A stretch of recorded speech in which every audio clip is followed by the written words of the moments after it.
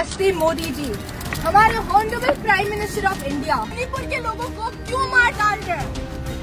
ये जो दो हैं अपनी मम्मी के हाथों में, उनके घर में रॉकेट मिसाइल मारा गया था कुकी मिलिटेंट से। বারুদের গন্ধে ফের ভারী হয়ে উঠেছে মণিপুরের আকাশ, আর আগুনের সেই লিলিহান শিখায় এবার প্রাণ গেল দুই নিষ্পাপ। বিষ্ণুপুরের ময়রাং এলাকায় গভীর রাতে রকেট 5 বছরের এক ও তার মাত্র 6 মাস বয়সী বোনের করুণ মৃত্যুতে রণক্ষেত্রে পরিণত হয়েছে ভারতের এই উত্তর পূর্বাঞ্চলীয় রাজ্য। ঘুমন্ত অবস্থায় ঝরে পড়া এই দুটি তাজা যেন মণিপুরের দীর্ঘমেয়াদী সংঘাতের এক বিভৎস প্রতিচ্ছবি হয়ে দাঁড়িয়েছে। তো বিফলে যেতে দেবে না মণিপুরের মায়েরা, এই শপথ নিয়েই রাজপথে নেমে এসেছেন হাজার হাজার নারী। বিভিন্ন নারী সংগঠনের সদস্যদের ক্ষুব্ধ কণ্ঠে এখন কেবল প্রতিবাদের সুর।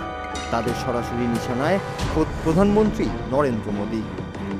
দিল্লি কেন নীরব এবং মণিপুরের জীবনের কি কোনো দাম নেই, এমন সব প্রশ্ন তুলে ইম্ফলের রাজপথে মোদী সরকারের বিরুদ্ধে তীব্র হুঙ্কার ছেড়েছেন বিক্ষোভকারীরা।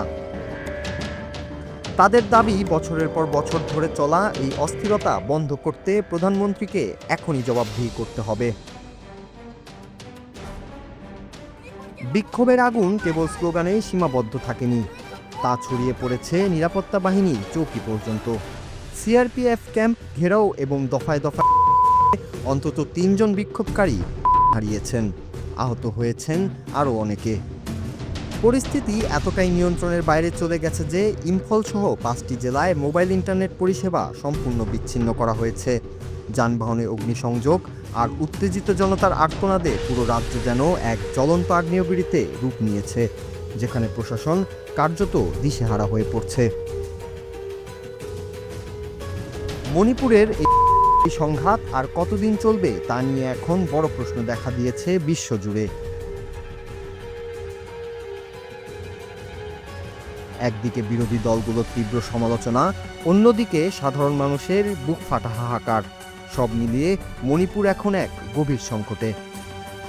দুই এমন মর্মান্তিক কি দিল্লির মসনদকে নাড়িয়ে দিতে পারবে, নাকি রাজনীতির মার প্যাচে আরও অজস্র ঝরে যাবে এই পাহাড় আর উপত্যকায়? Noor Raju, Bangla TV, news desk.